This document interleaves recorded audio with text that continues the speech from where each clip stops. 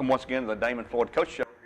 Buzz, Talk 1013. We appreciate L&B Appliances, our sponsor for our coaches shows each week. They're on Turkey Road out there, and they're large enough to serve you, small enough to appreciate your business. Coach, before we get into talk football, we lost a dear friend, Joe Adams, recently over the weekend, and we're recording this on Tuesday morning. But boy, he's one of a if you knew him, you stood. He'd tell you no, and people loved him. He was an unbelievable baseball coach and a great guy to get to know and be around. And the people who didn't like him, I told Travis last night, I said, only people who didn't like him was people that could. You know what? That's what it goes with the territory there.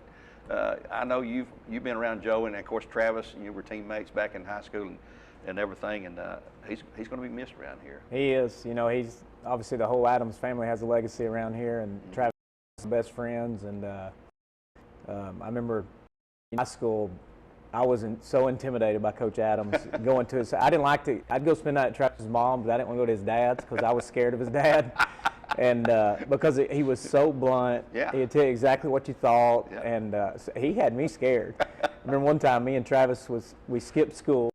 Coach Adams was teaching here, and he knew Travis wasn't in class, and so we got caught skipping, and so that time I skipped because you can't get away with it when Coach Adams is around. But just left such a legacy. Man, I've heard so many great stories about him, not just since he passed, but throughout the years of being at Bradley High School, you hear so many stories with Coach Adams involved, and how I remember Jack Williams used to tell me stories all the time. If they lost a game, they may come back and run foul pole to foul pole,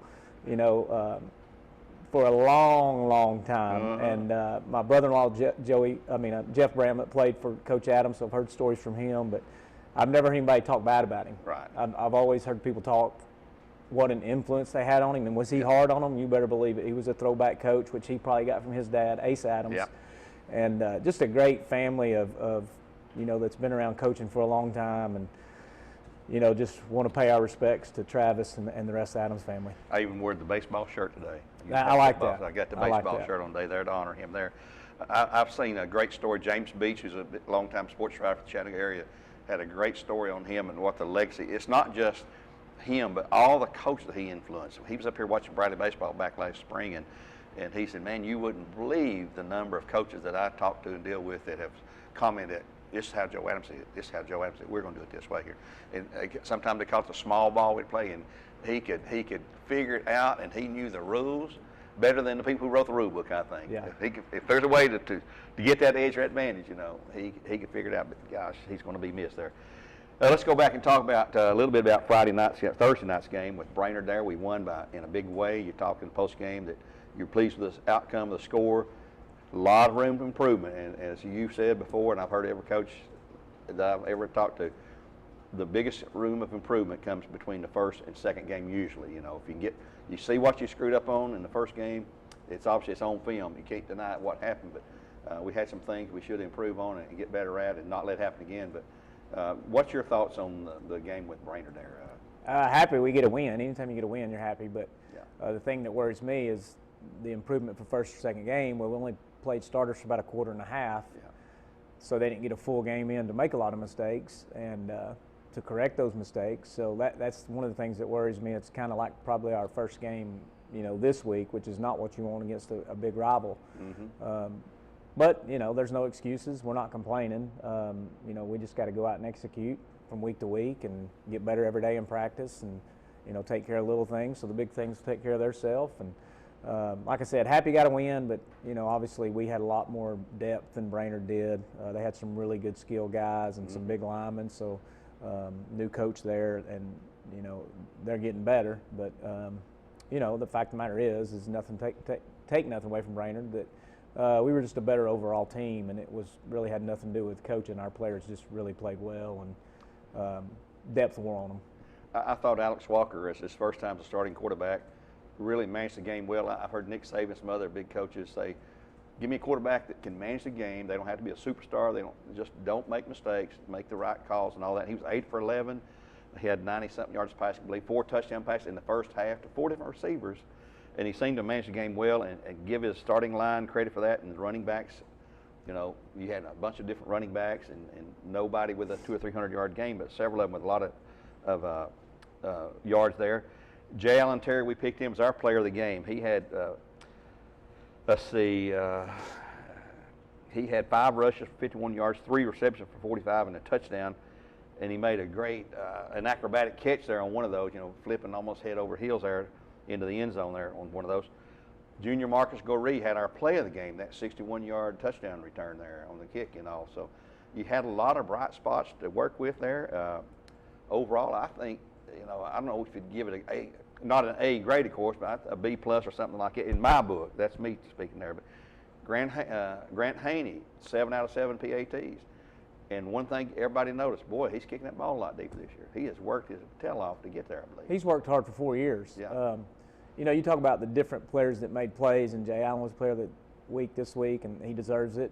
Offensive line obviously deserves a lot of credit, but we've talked to our team a lot, and they're buying in. These guys care about each other.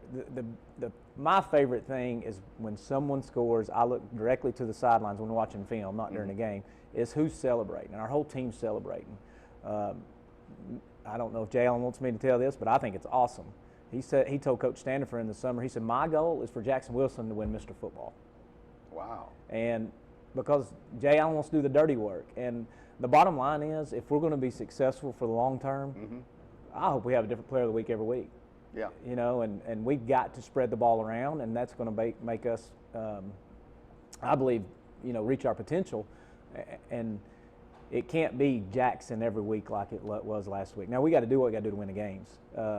But in the end of the season last year, Jackson was, he won't admit it because he's a tough kid, but he was beat up, you know. So we need to be as healthy as we can for the long haul.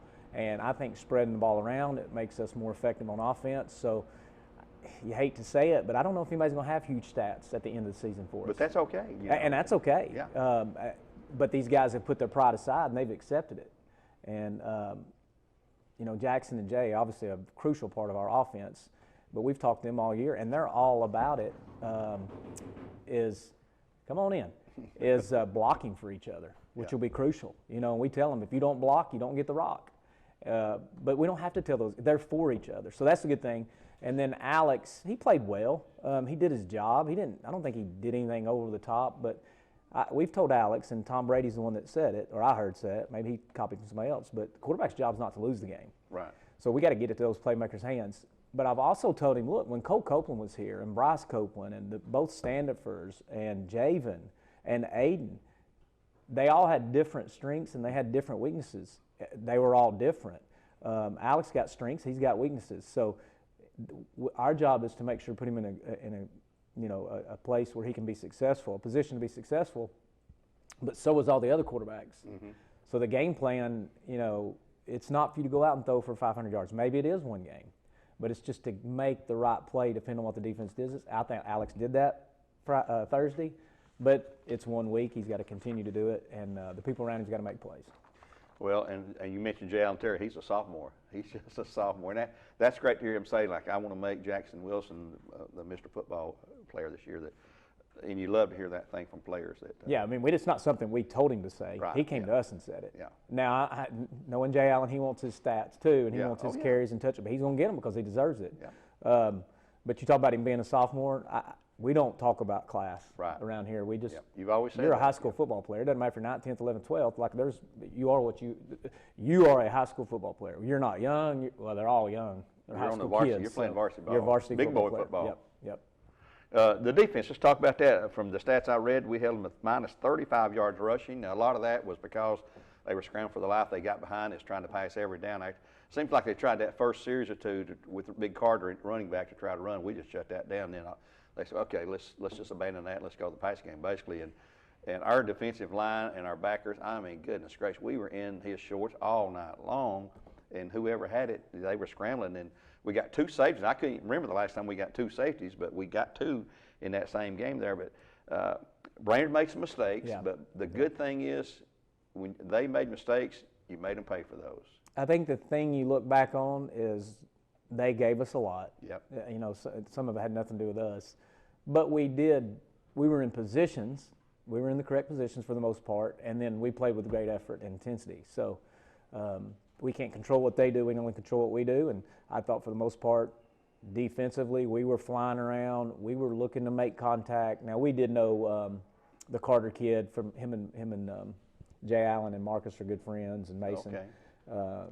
They play 7-on-7 travel ball throughout, the winter and summer together. So we knew when he was in at quarterback, like what the focus was. So probably a little unfair to him, like we're sitting in the house, a lot of times. But I thought for the most part, our defense, like I said, they flew around, which is what you want on defense, is flying around, being relentless, and we need to continue to do that. Our speed, I thought, was really good and everything. And we're going to take a break right now on our coach's show here with Coach Damon Floyd, brought to you by L&B Appliances out there on Durkee Road. Go out there and see those folks anytime you need an appliance of any kind there. We'll take a break and be right back and look at this upcoming game on Friday night with Walker Valley.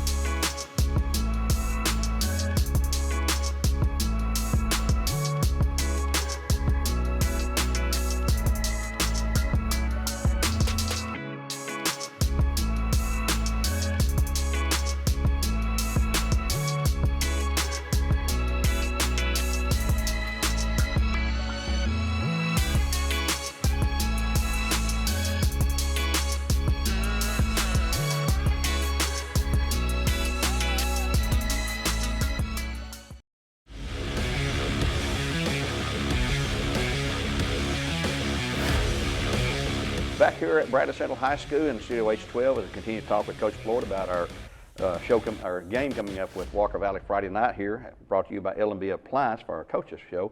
Coach, another non-region game. It is a big region rival there. Where would you, as a head coach, like to see the most improvement from the Bears? I mean, what areas do we need to shore up? Or I know you look at a lot of different things, and as a head coach, you have to. But what would you like to see us become more proficient at, I guess? It's hard to say from the Brainerd game. I mean, I didn't watch that film a whole lot. Yeah. We moved on pretty quick just to try to focus on Walker Valley.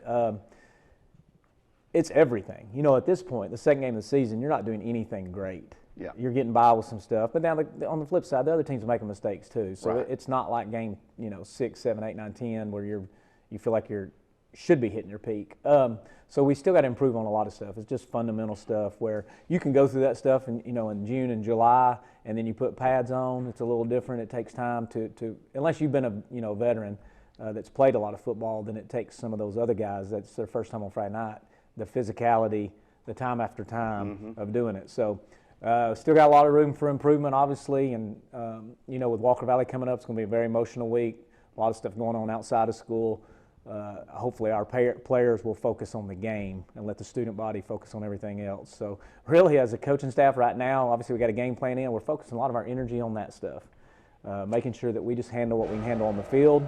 That's the only thing we can control. Yep. And this day and age, it's different than it was in years past, where you got to worry about a lot of other influences other than the game. Yeah. So we just need to make sure that we're handling our part as coaches and players. So that's what we're focused on, is the game. What's Walker Valley? What expect them to try to do? What do they like to do offensively when they have the ball? How are they passing, running, attack? Yeah, they're he likes to be balanced. Coach Aikens likes to be balanced, and we've faced him enough now throughout the years. Not only when he was at Walker Valley, but they do a really good job of attacking the defense that you're in. So we've got to be able to give them some different looks, but can't make it too complicated where we can't line up correctly. Right. Last year, there was the first series, and then the second series, or the first series at the beginning of the game, first series after half, we had trouble lining up.